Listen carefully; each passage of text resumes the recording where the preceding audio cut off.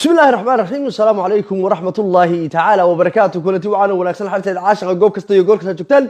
وبرنامج كني افتيمين تحقيقين كان مات اسكودو التاجنو غضب كنا كوباد وحن اسكودو التاجنا كورنيل العراقي oo kooxdii jabaada SNM magaalada Wachaale ka qabsatay oo saacadan aan la hadlay la siiday qodobkeena labaad waxaan isku dul taagaynaa ninkii Xasan Munaafiq ahaa oo isu dhiibay Axmed Madoobe qodobkeena saddexaad waxaan isku dul taagaynaa reer Sweden oo dhagiina fura Sweden oo laga soo celinayo dhammaan wax allaalayo wixii Soomaalida ahaa ee iska dhiibay in dib loo celinayo heshiiskaana waxa qaatay dawladda Xasan Munaafiq hogaaminayo waxaana lagu siiyay lacag gaaraysa 200 milyan oo karoon waa heshiiskaana waxa hogaaminaya xukuumadda uu hogaamiyo ninka lagu magacaabo Xamse Maxbuus qodobada iyo qodobo kale oo muhiim ah ayay isdul taagana barnaamijka ku soo gaarsiin shargada hadii sanad ku joogtaan u soo tuko dikar nabi ku salli Allahumma salli ala sayyidina Muhammad qodobkeena koobaad waxa isku dul taagana Colonel Iraqi ninkii loo rajray ee ka tirsanaa ciidanka Soomaaliya isagoo maalin dhaweed Wachaale meesha diyaada maraya ayaa qolo argagixisada SNM kamidii halka ka qafaalatay dadna waxay yiraahdeen waxaan ku bedelanaynaa oo dhaafsanaynaa ninkii loo rajray Faysal Cabdi Bootaan nimankan iidur saacada meel kaga fadhida ilaa waxaan arkay Xasan Munaafiq oo wuxuu leeyahay dad maxaabiis Soomaaliyeed in maxbuus kala haysta waa khalad maxaabiista in la sii daayo gabdha lagu daro weeye gabadhaada ku dardee gabadhaada Xasan Munaafiqow jihaan Xasan Munaafiq ku dar Faysal Cabdi Bootaan anagu gabadh ma hayne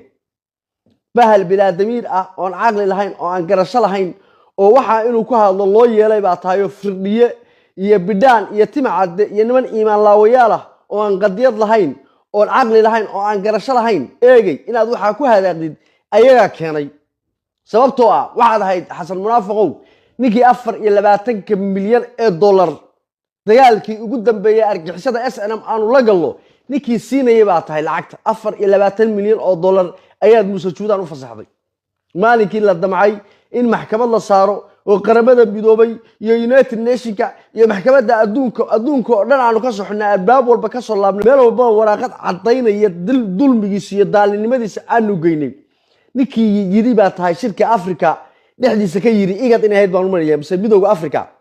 dhexdiisa ninkii ka yiri baa tahay 24 qof Allah saanood ku dhaawacmay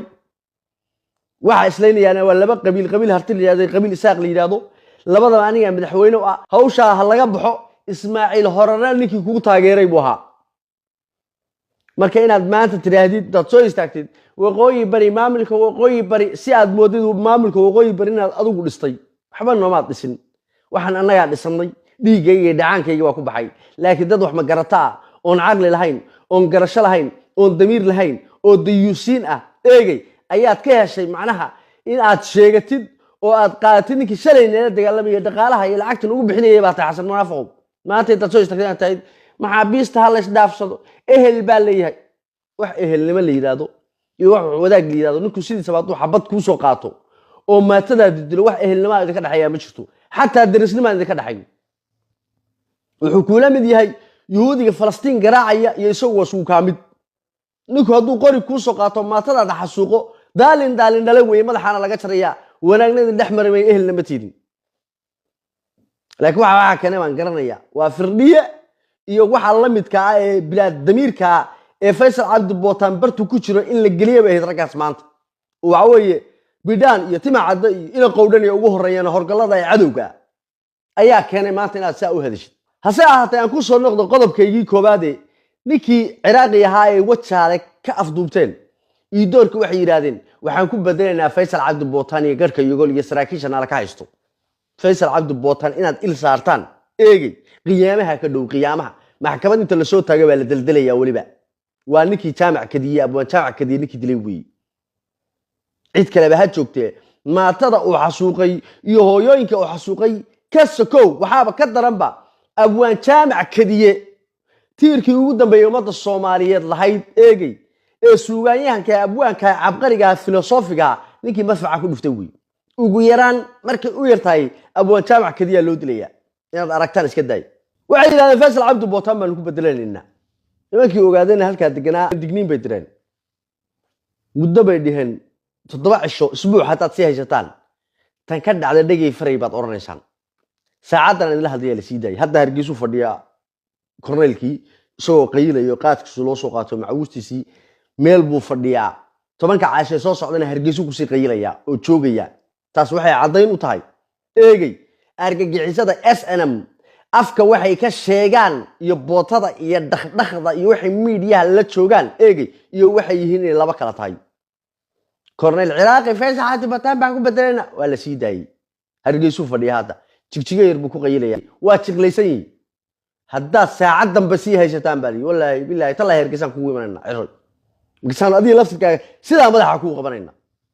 ogaadan caarooday ilaahay baa waxa weey subhanahu wa ta'ala ba ka celin kara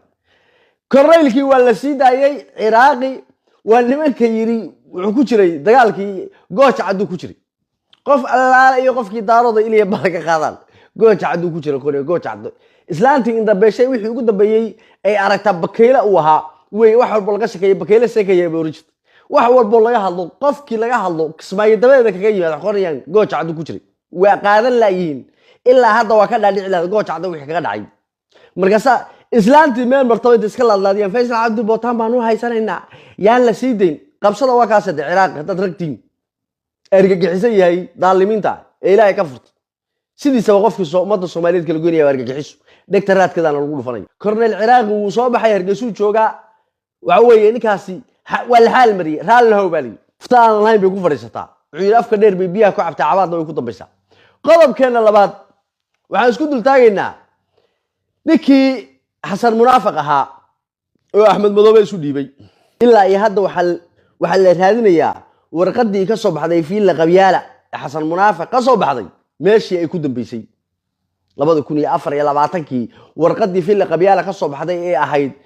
Axmed Madoobe hal la soo qabto Axmed Madoobe maanta wuxuu marayaa isagoo Nairobi jooga inuu yiraahdo diyaaradaadu ma soo kici karto xasan munaafiq wuxuu taa inuu diyaarado iyo ciidan military iyo nabad sugid isugu jira iyo laba diyaaradood inuu kismaaye kala dago si uu isu ilaaliyo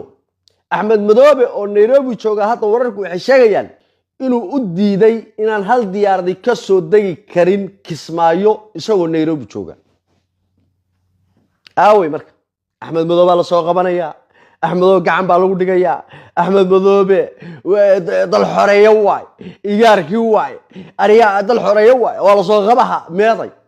ila ayn afka carabiga ila ayn xagee ku dambeysay Axmed Madoobe Nairobi isagoo jooga madaxweynihii ku magacaawna madaxweynaha ummadda Soomaaliyeed ku magacaawna Axmed Madoobe wuxuu diiday diyaarad ka soo kacdo Muqdisho oo ciidan sida inay kismaaye ka soo degto maanta digreetaas soo saaray Axmed Madoobe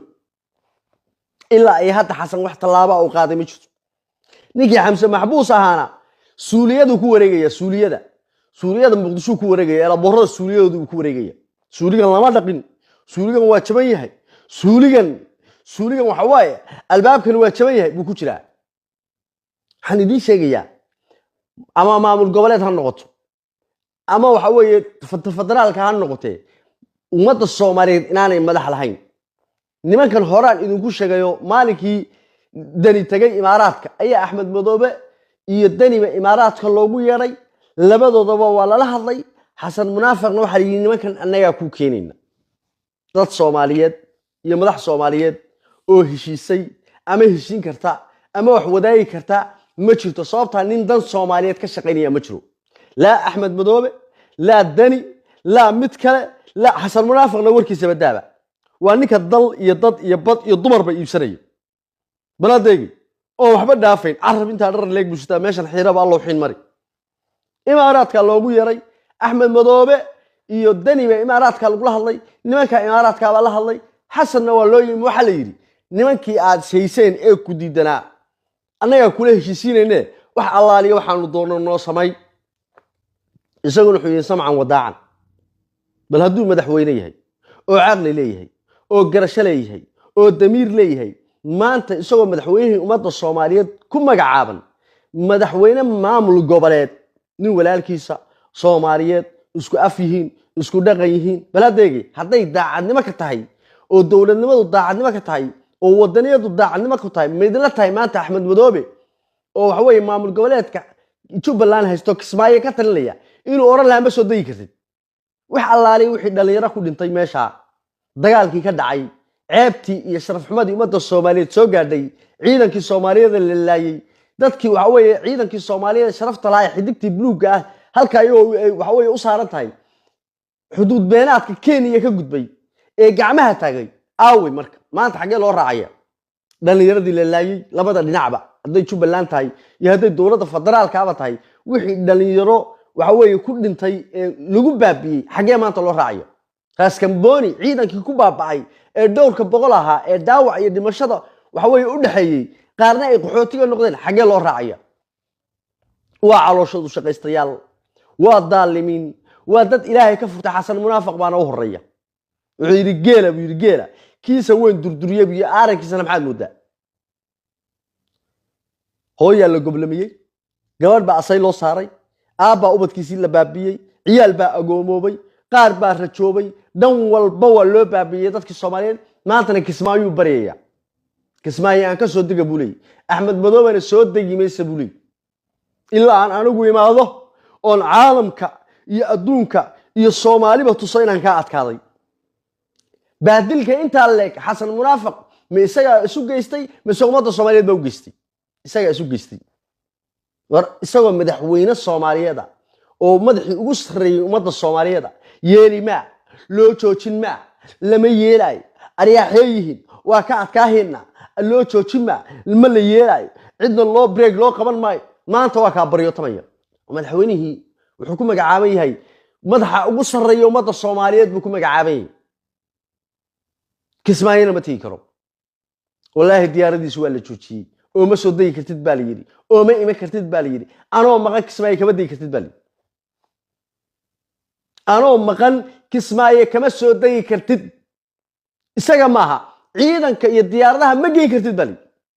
xasanna isagoo baqaya oo Axmed Madoobe ka baqaya eegay ayuu Kismaayo ciidan military iyo nabad sugid naftiisa ilaalisa maaha Axmed Madoobe la soo qabanaya maaha naftiisa ilaalisa ayuu rabayn iska soo hormariyo suu bari u tago Axmed Madoobe wuxuu yiri ilaa aan bari imaado oo jimcahan ka soo dego Kismaayo ma kartid loo joojin maayo la tagi maayo maanta Kismaayo ka tagay Axmed Madoobe lagu qabsanayo aniga qabiil markay noqoto Axmed Madoobe iyo Xasan aniga waxa ii sokeeyay Axmed Madoobe laakiin waxaan maanta jeclaa Xasan hadduu madaxweyne sax ahaan lahaa oo wadani Soomaaliyeed oo nin raga ah oo dalkii iyo dadka ka naxaya wallahi Axmed Madoobe gafuurka la jibin lahaa iyo bilaahi tallah laakiin Axmed Madoobe xasan munaafiq baa ka liita oo maanta ka awood badan oo bahdilay aawe loo joojin maayo meeday ciyaalkii oo adeerka wahay media ka qeylin jiray waa la soo qabaha bariya la keena waa la soo qabaha maanta bariyaya inuu Kismaayo ka dago wasaasa away Saciid Hulun bana ugu haray oo dani ugu haray sidaas danina ku sugaya inna lillahi wa inna ilayhi raaji'un inna lillahi wa inna wax allaale iyo ninkii rajo ka qaba waxa weeye madax Soomaaliyeed waa nooca maamul goboleed iyo mid federaal waa isku mid waa xaraan nijaas lagu dalaacay soo ka durug maaha daladeegi qodobkeena saddexaad aan isdul taagnay dalkii Sweden reer Sweden isdiyaariya